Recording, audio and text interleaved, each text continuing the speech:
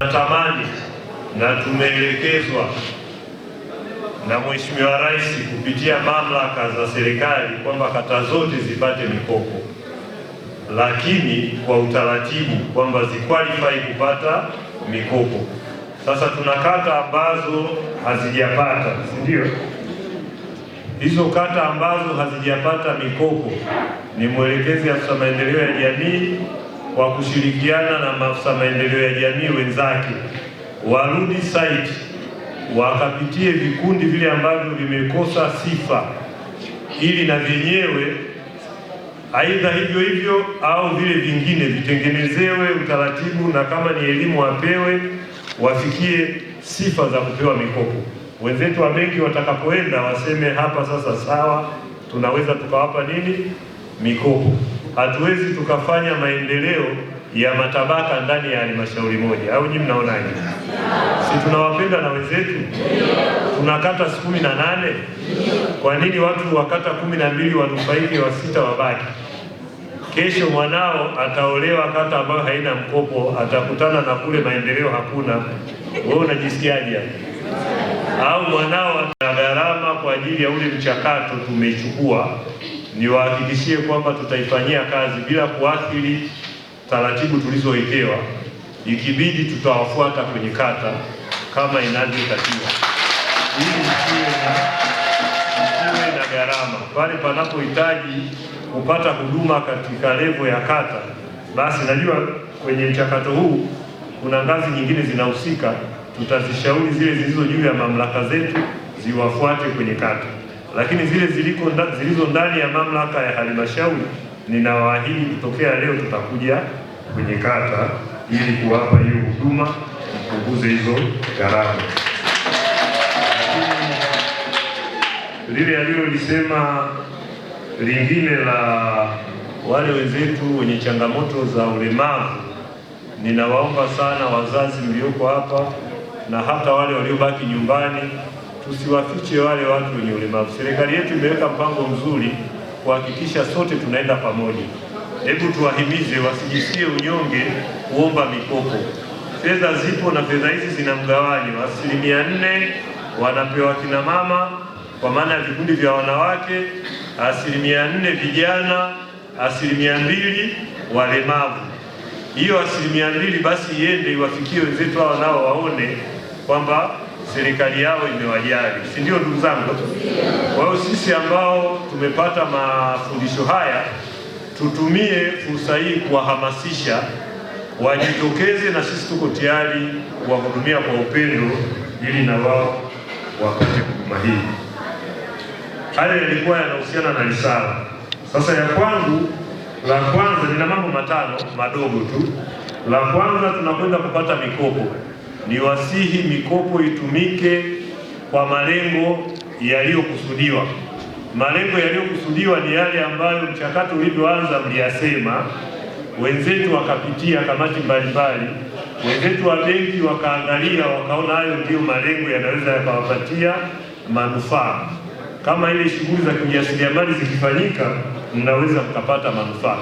Tusitumie mkopo huu kwa malengo tofauti. Tunakubaliana? Tizaivana? Hapo sawa. Walea kwenye maadili, na nchi yetu ni nchi iliyowekwa kimaadili. Tutajikuta kwamba tunatengeneza taifa lijalo lenye maadili. Basi mimi niseme neno hili. Kwa jinsi ninavyoona tulivyokuwa na furaha siku hii ya leo, na kama tulivyocheza hapa mbele, tuliwekewa kibwagizo kidogo hapa, tukacheza tukafurahi. Ninaamini basi tutakuwa na furaha hiyo hiyo katika kutekeleza majukumu ya biashara zetu, lakini pia katika kurejesha, kuhakikisha kwamba hizi pesa ambazo tunazichukua zimetupa manufaa kwenye biashara zetu, lakini tunarejesha kwa wakati kulingana na ule mkataba ambao tutakuwa tumepewa.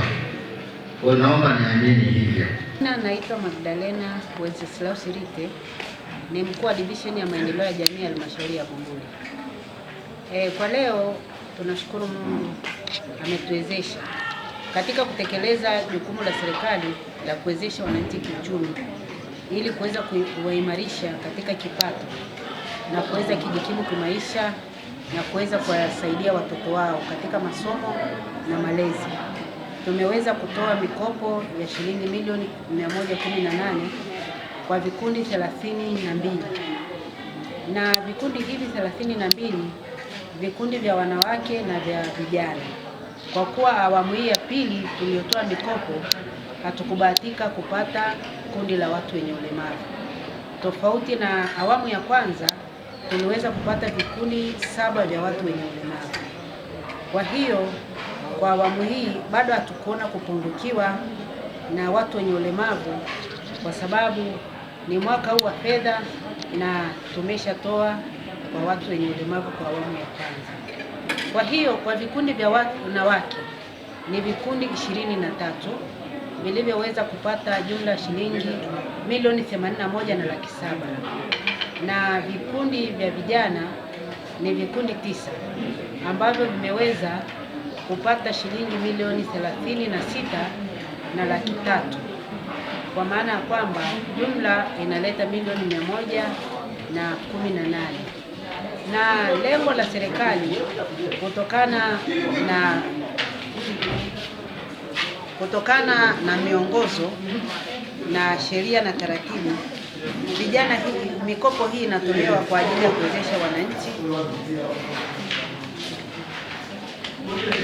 ya kuwezesha wananchi kujikwamua kiuchumi kutokana na hali ya kipato kidogo na mitaji midogo kwa hao wajasiriamali.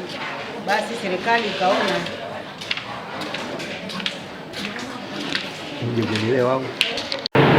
Kwa majina, mimi naitwa Rashid Ahmad Ngoma, ni mkazi wa kata ya Mbuzii, ni mwanakikundi wa kikundi cha Umoja Mbuzii. Leo tupo katika halmashauri ya wilaya ya Bumbuli tukiwa katika semina ya mikopo ya halmashauri ya Bumbuli ya 10%. Tukiwa ndani ya semina hii tumepata mafunzo mbalimbali hususani utunzaji wa fedha na mambo kadhalika yaliyowakilishwa na viongozi tuliokuwepo nao. Kitu cha kwanza, tunashukuru tumepokea hundi ya shilingi milioni 118 kutoka kwa mkurugenzi wa halmashauri ya wilaya ya Bumbuli. Tunashukuru kwa hiyo, na sisi kama vijana tuliopokea mikopo tunajiamini tutafanya vyema ili kuweza kurudisha mikopo kwa wakati sahihi tuliopangiwa. Kuna changamoto mbalimbali hususani mitaji ikiwa midogo na pia maingizo ya biashara zetu tunafanya. Kwa mfano sisi ni Umoja wa Vijana Mbuzii, tunafanya biashara, tunakuwa na mitaji midogo, ndio maana pia maingizo yanakuwa madogo. Kukuza vipato vya biashara zetu na mambo mengi. Vijana wenzangu, nilikuwa na nidhamu na fedha, kwa sababu fedha inahitaji nidhamu ya hali ya juu. Pesa ikikosa nidhamu na pia pesa kupotea pasipokuwa na kujua. Felista Clement Kika, mwenyekiti wa kikundi Jiamini cha wanawake kata ya Mbuzii. Awali ya yote tunamshukuru Mungu kwa elimu ya mafunzo tuliyoyapata kwa ajili ya mkopo 10% ambazo tumepata mkopo yenye thamani ya milioni 18 na laki 6. Tunashukuru halmashauri yetu ya Bumbuli, viongozi, mkurugenzi na timu yake. Shukuru kwa mkopo huu. Hii ni awamu ya pili. Wanawake wenzangu, ni mashauri mara ya kwanza tukapata mkopo wa milioni 5. Tukachukua tukaendeleza mradi wetu ni wa mahindi. Tumemaliza, tumerejesha mkopo ule pasipo kusukumwa. Sasa hivi tumeomba mkopo tena, tumefanikiwa awamu hii. Ninavyowashauri wa kina mama wenzangu, nashauri tuendeleze kikundi kile cha mradi wetu wa mahindi, hatimaye aliyeko pembeni atoke kwenye hali ya umaskini au ya kurudisha maendeleo nyuma.